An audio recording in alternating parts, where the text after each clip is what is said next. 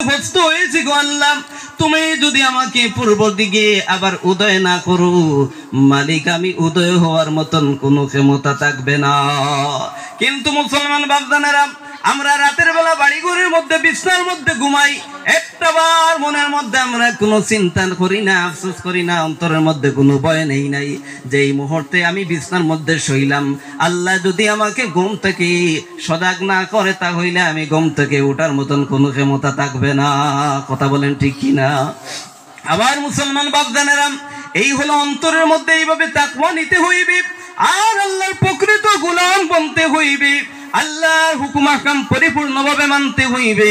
মুসলমান বাপদানেরা, এই দুনিয়ার মধ্যে আমরা লক্ষ লক্ষ বার দিনের মধ্যে আমরা শ্বাস নিঃশ্বাস এই বাতাসের মধ্যে ছাড়তেছি। দুনিয়ার জগতের মধ্যে আল্লাহ রাব্বুল আলামিন ওই বাতাসটা আপনার আমার জন্য বহুত বড় নিয়ামত দিয়েছেন। ও মুসলমান বাপদানেরা, এই নিয়ামতের কত মূল্য আমরা যদি একবার খোঁজ নেই, হিসাব নেই, তা হইলে বুঝতে পারবো।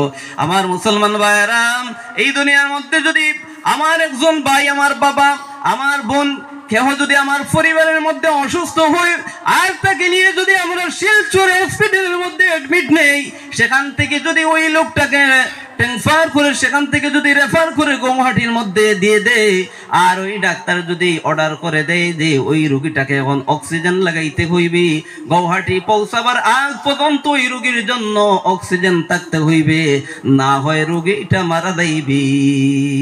এবার বাপজানেরা বুঝা থাকলে বলুন, যেই রোগীটাকে শিলচর থেকে মনে করেন যে শিলচর থেকে অক্সিজেন লাগাইলো, গৌহাটির মধ্যে পৌঁছতে গিয়ে তার 7-8 ঘন্টা সময় লাগবে।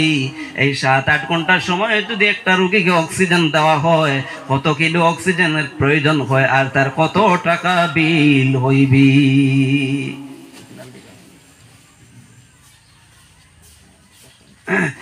আমার মুসলমান ভাইয়েরা, ওই অক্সিজেনের বিল কত টাকার প্রয়োজন হইবে এবার বুঝে থাকলে বলুন বাপজানেরা, আল্লাহ রাব্বুল আলামিন দুনিয়ার মধ্যে আপনাকে আমাকে সৃষ্টি করার পর হায়াত নামক যে সময়টা পেয়েছি, এই হায়াত নামক সময়ের ভিতরে আপনি আমি আল্লাহর নিয়ামত বাতাসটা কতবার এই দুনিয়ার জগতের মধ্যে কত লক্ষ লক্ষ বার এই বাতাসের মধ্যে আপনি আমি নিঃশ্বাস ফেলেছি।